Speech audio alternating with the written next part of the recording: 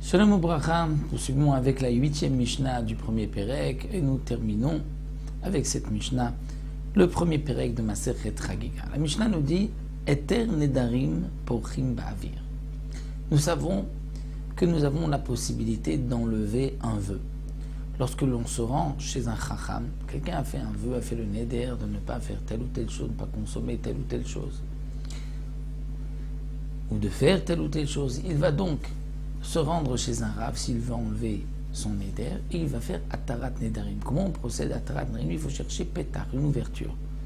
On ne peut pas dire je veux enlever le Neder, tout de suite on lui enlève. Il faut trouver le moyen. Il y a, comme c'est marqué dans Masechet Nedarim, il y a un Pétar qu'il faut trouver, c'est-à-dire essayer de revenir en arrière et voir que peut-être que s'il avait prévu cette situation d'aujourd'hui, il n'aurait pas fait le vœu. Et à ce moment-là, on pourra ensuite lui enlever le Neder. Cet Atarat Nedarim Porchim Ba'avir, c'est quelque chose qui vole dans l'air, c'est-à-dire qu'il y a très peu d'allusions dans la Torah pour nous dire que le Chacham peut enlever un Neder. Et donc, ceci a été donné uniquement au Chachamim par la Torah orale, le moyen d'enlever un Neder, comme c'est marqué, nous verrons dans Masechet Nedarim. Ve'en lahem al ma she'ismochu, donc il n'y a pas sur quoi s'appuyer, un passouk précis, c'est la Torah orale.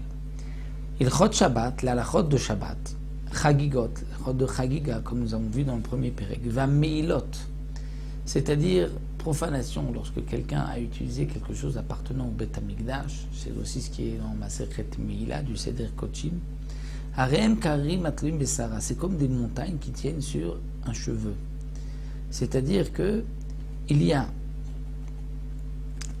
très peu de psukim, beaucoup d'allusions, donc c'est comme une montagne entière, puisque la halachot de Shabbat, c'est beaucoup de détails, beaucoup de halachot, et pourtant très peu d'allusions à toi, donc c'est comme une montagne qui tient sur un cheveu.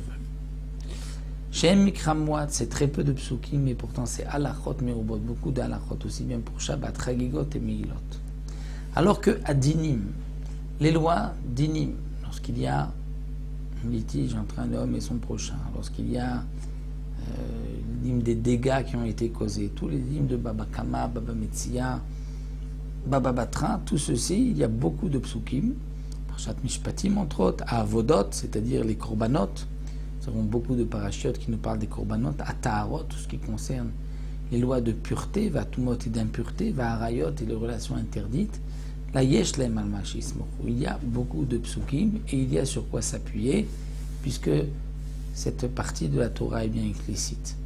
Et la Mishnah termine en disant Hen en goufé Torah, c'est-à-dire aussi bien les Eter Nedarim, Shabbat ou Dinim, Avoda, tout ceci, Hen sont appelés goufé Torah. Qu'il y ait beaucoup de psukim, peu de psukim, juste une allusion, ceci est la Torah elle-même, c'est les goufé Torah, c'est l'essentiel de la Torah qui nous a été donné donc au Har Sinaï. Donc ici, nous avons terminé Baruch Hashem le premier Pérek. On se retrouvera Ezrat Hashem pour un nouveau Pérek la prochaine fois, le deuxième Pérek de Masechet Chagiga.